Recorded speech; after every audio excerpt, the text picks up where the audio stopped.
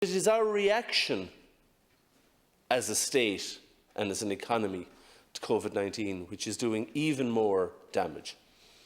Because not alone are we borrowing money to seek to stimulate the economy to pull out of this, we're actually actively closing sectors of our economy.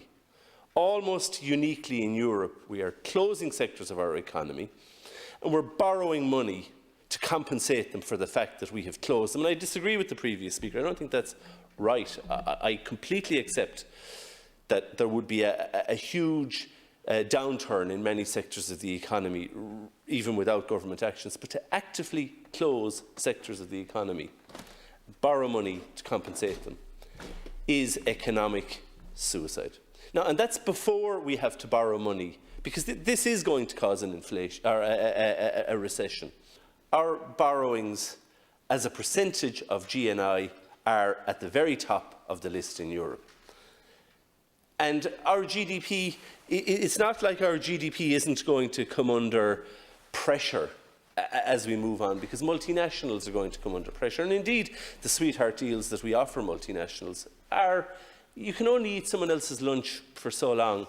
But that's what we're doing consistently in Ireland. Now, when Brexit is out of the way, and Brexit's going to bring with it its own huge difficulties, there is going to be a move on our corporate tax base, and in particular, the earnings of companies that operate digitally. Everybody's going to want their fair share of the revenues, and we're going to have to give them that share eventually in the European Union. And I think that debate's largely been had, largely been lost, but we're not seeing the effects of it yet. But we will.